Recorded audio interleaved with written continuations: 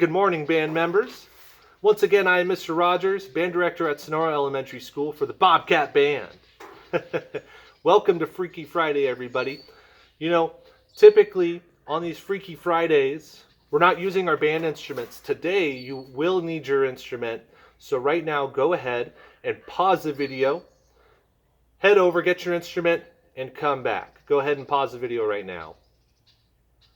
Okay, so hopefully you came back with your instrument. Again, welcome to Freaky Friday. in honor of Freaky Friday, I've got my Pokemon gang here. A lot of you might notice that there's one that's missing. It's Bulbasaur. Bulbasaur should be there. And I've got my Christmas socks on and freaky blue shoes. So, today's technique. Because again, you're going to need your band instrument, yes. Because you're going to play along with me on this. Today's technique is multiphonics. Now, we've talked about in band the concept of polyphony. And polyphony is when you combine multiple voices to create what we have today, and that is the ensembles in our classroom. Concert band, orchestra, jazz band, vocal choir. You have multiple lines in music that together create polyphony. It's many voices, all right? In this case, I wanted to focus on creating that sort of polyphonic sound out of an instrument that normally only plays one voice. In this case, you heard me play the tuba, right? This technique is called multiphonics. Now, there are many ways to achieve multiphonics.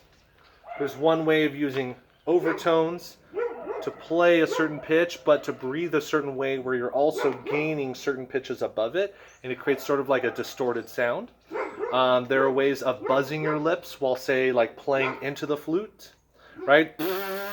Getting enough air to get a sound out, but you also get this kind of raspy sound. One way that I wanted to focus on today on multiphonics is singing while you play. All right, and we call this multiphonics for instruments that normally only play one voice. String instruments, however, you have polyphony, you have multiphonics in that case built into the instrument. So if you're playing like a bass guitar, you can strum multiple strings to get many voices out at the same time. So typically instruments like that don't need to worry about this kind of thing. And again, this is a freaky technique that you don't normally see in a concert band or orchestra setting. It's more like kind of a solo thing to do. So in my case, I am singing while I'm playing to achieve multiphonics. What we're going to do is do just like 2 or 3 simple breathing exercises that'll help you gain your voice while you supply enough air to create a tone out of your instrument. All right? So with this camera angle in mind, I'm just going to kneel down, and I want you to see sort of how my lips are vibrating really low, all right? This is the thing that I actually did with a lot of you all when you were 4th graders in recorder class. We would do our beatbox kind of introduction every day, the boots and cats, right? The hey, low, all that kind of stuff. And one of those exercises was the right? So we're getting a low pitch vibration out of our lips while we sing. So try that real quick like this.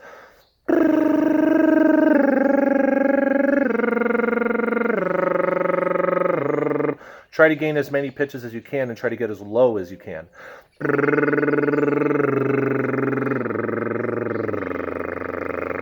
While still maintaining that buzz.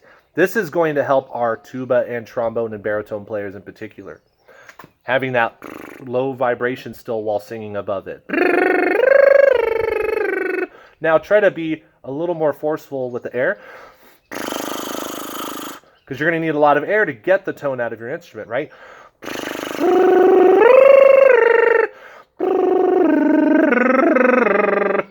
Sounds ridiculous with it on its own, but that's essentially what you're doing in the instrument. Remember, for brass players, this is your instrument. This is where the sound is produced. Now, you woodwind players, you're going to use a little bit faster of an air. Actually, I'm sorry, let me move on real quick to the trumpets and the French horn.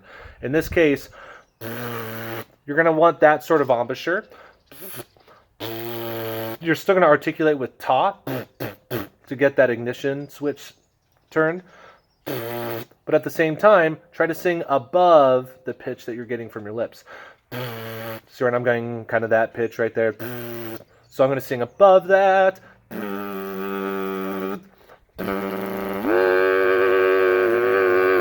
Faster vibrations are going to be needed for those higher sounding brass instruments. So try that again with me.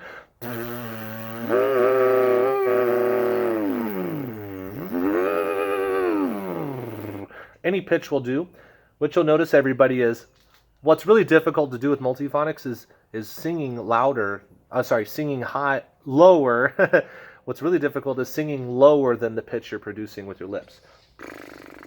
That actually that conflicts with the vibration of your lips, and really the goal is to sing higher than the sound you're making on your instrument. If you try to sing lower than your instrument, then it's going to be a bit more difficult. So if you're playing on an instrument like the flute or the clarinet and you're playing above the break and you're trying to get this sound out, aim for getting low, like play a low note instead, like a low G flutes or like a low G for clarinet. That's a good starting point. The lower you play, the easier this is going to be. Okay, now for the woodwind players, you're going to do the same thing, but without really buzzing your lips. This is there's a challenge in there because my lips naturally want to buzz because I'm a brass player. That just kind of happens. So when you're playing a woodwind instrument, that long lip curled in, you're using a lot of air. You're using a lot more air in this case.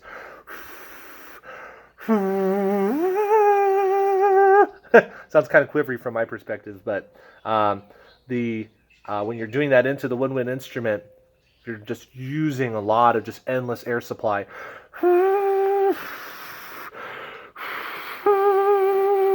You could still get that wind to happen while you sing above. Then you can achieve that on your instrument. So one more time, woodwind players.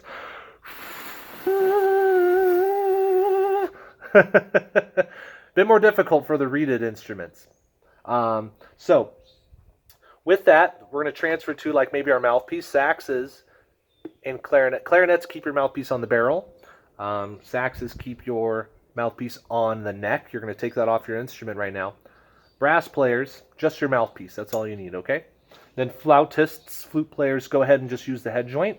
And you're going to close off the end of the head joint so you get that low pitch that we've done before, okay? So close it off. You want the lowest pitch you can so you can sing above. So you're going to try to hit just kind of a regular low note.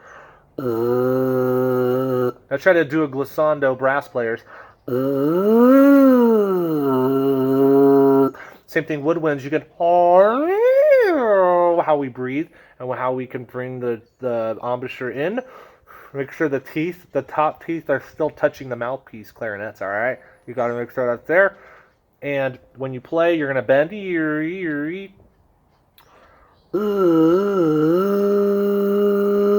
All right, so let's try doing the singing while we play.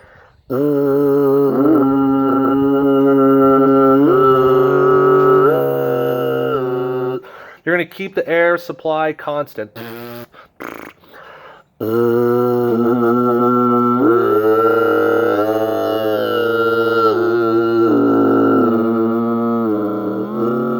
You can hear that when I'm trying to sing lower than my lips are playing, it conflicts. Eventually, it's just not, they match pitch and they drop together. All right, there's a lot of resistance that happens there. So always just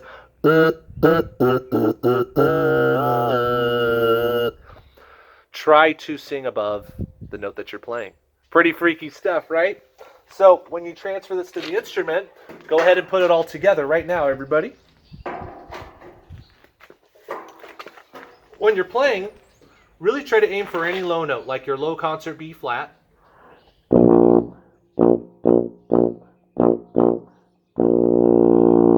Try to sustain it, long tones. And while you're holding on to that pitch, it doesn't matter what note you sing above that. All we're trying to get out is a sound. Just a constant sound.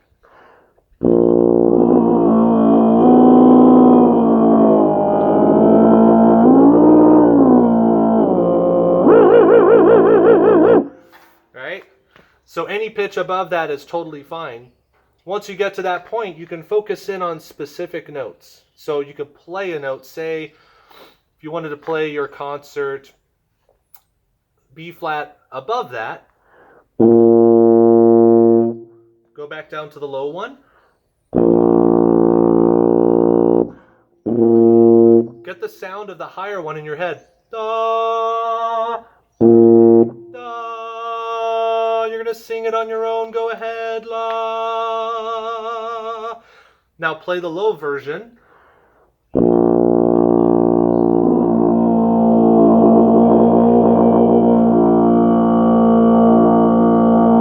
And try to achieve that, what we call an octave. All right? It's the same letter name, it's the same pitch, but an octave higher. All right? So this high octave B flat is what I'm singing. I'm playing the low B flat.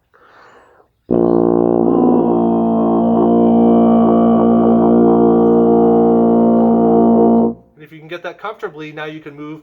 You could probably play you could sing a B flat major scale while you're playing the root. You're playing a drone, just like how we did on the didgeridoo, and how on Mr. Dooley's trash bagpipes video, he demonstrated how drones can affect the music, right? So listen to this.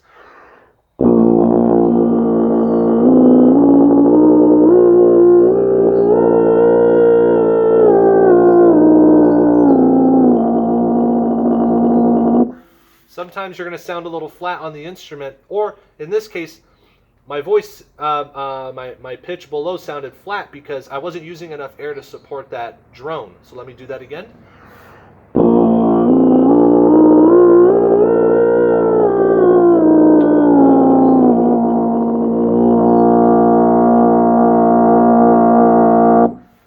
You hear the difference, right? So I had to use a little bit more air because my lips were starting to go flat.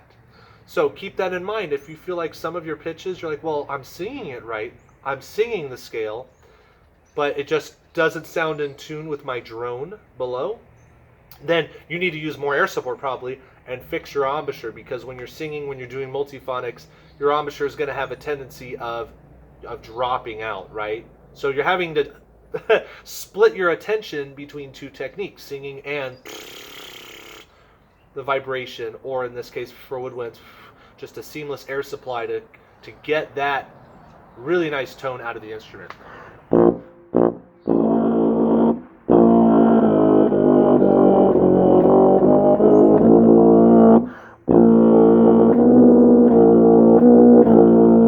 Playing around with pitches like that and moving your voice with the instrument is also a cool way to get some kind of what we call parallel motion, all right?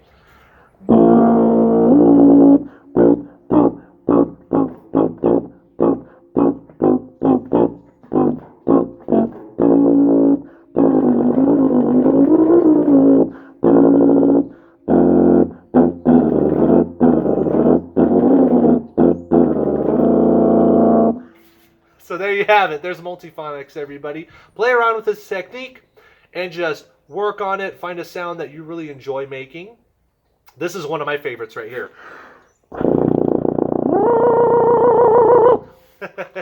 Hitting that pedal register while singing above. Hey, today's Friday. Once again, enjoy your weekend, everybody. I hope you enjoy these lessons where we kind of get away from what's traditional and show you something that's freaky and new. I'll see you again starting on Monday. Continue watching myself and Mr. Dooley on Birdcat Band. If you haven't yet, subscribe. Hit the button below. Hit that bell as well. That way you get notifications when we're uploading new content Monday through Friday. You all take care.